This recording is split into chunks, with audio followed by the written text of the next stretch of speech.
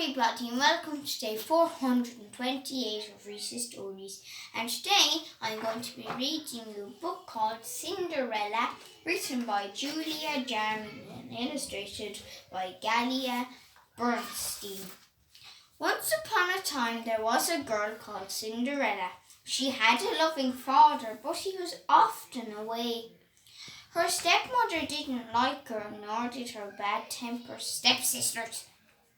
They made Cinderella stay in the kitchen all day long, washing dishes, sweeping floors, and looking after the fire.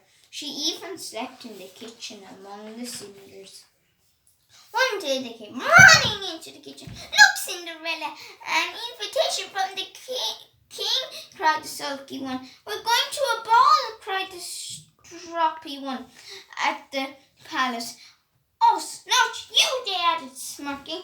They began to argue about shoes and dresses. They were still arguing on the night of the ball when poor Cinderella had to help them get dressed. When they had gone, she couldn't help feeling sad. "I wish I could go to the ball," she sighed. Suddenly the gloomy kitchen lit up. Flash! "You can, my dear." Looking up, Cinderella saw a kind old lady. What? Who are you?" "I'm your fairy godmother," said the old lady, "and I say you can go to the ball." "But how?" cried Cinderella. "In a coach, of course." The fairy godmother laughed.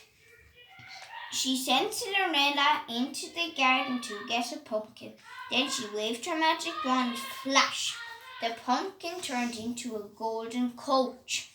"Now we need horses," said the fairy godmother. "Let these mice out of the cage, please." Cinderella did as she was told. The fairy godmother waved her wand and flash!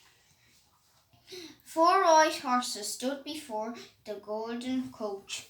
"Now," said the fairy godmother, pointing her wand at the cat, "all you need is a jolly coachman." Flash!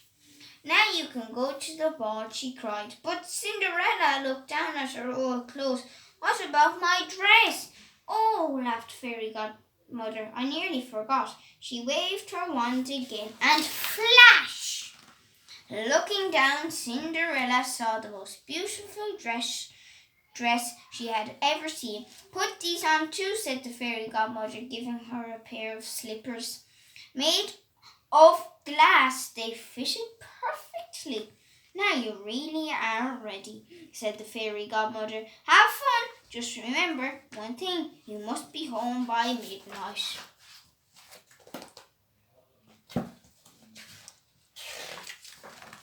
"When the clock strikes 12, all my magic will end. Your coat will turn back into a pumpkin, and your beautiful clothes will once again be rags."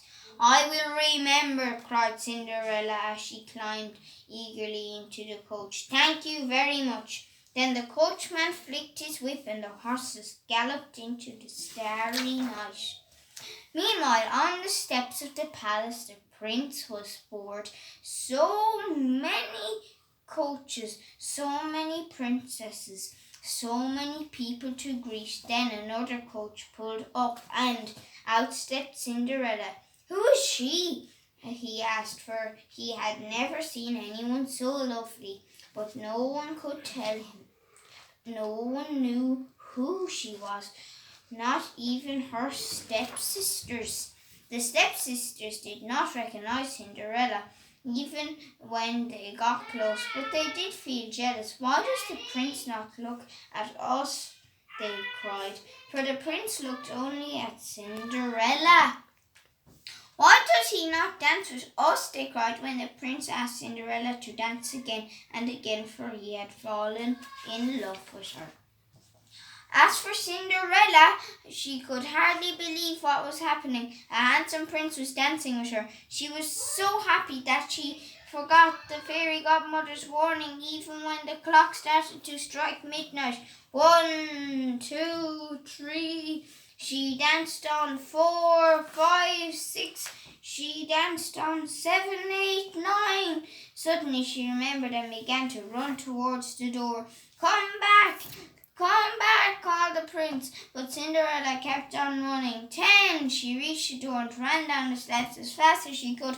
One of her slippers fell off, but still she kept running. 11! Come back, she heard the prince calling as she looked around wildly. 12! Where are my coach and horses? She cried. Sadly, she began to walk back home to the kitchen. I'll never see the prince again, she sighed. Meanwhile, the prince was determined to find the beautiful princess with whom he had fallen in love. Tomorrow I will search every house in the land until I find the owner of this glass slipper, he cried. Then I will marry her. Early next day, he set off with his page to begin the search. It was evening when they came to the house where Cinderella lived. The stepsisters were waiting. Me first, screamed one. No, me, cried the other. First one, then the other tried to get her foot into the slipper. Sorry, said the page, yours is too wide and yours is too long. Does anyone else live here? Me, said Cinderella, who had come in quietly. Could I try? You, laughed the stepsisters. Get back to the kitchen. But they were too late. The page put the slipper on Cinderella's foot, and it was a perfect fit. The prince was gazing at her, full of love. Will you marry me? He said. Yes, said Cinderella, who could see that he loved her even in rags. The prince was as kind as he was handsome. Cinderella was as happy as she ever thought she could be. So they were married and lived together to the end of their days in perfect harmony. The end. I hope you enjoyed that wonderful story. So I better go now, and it's an Oxford book. So I better go now. So bye everybody. Good luck.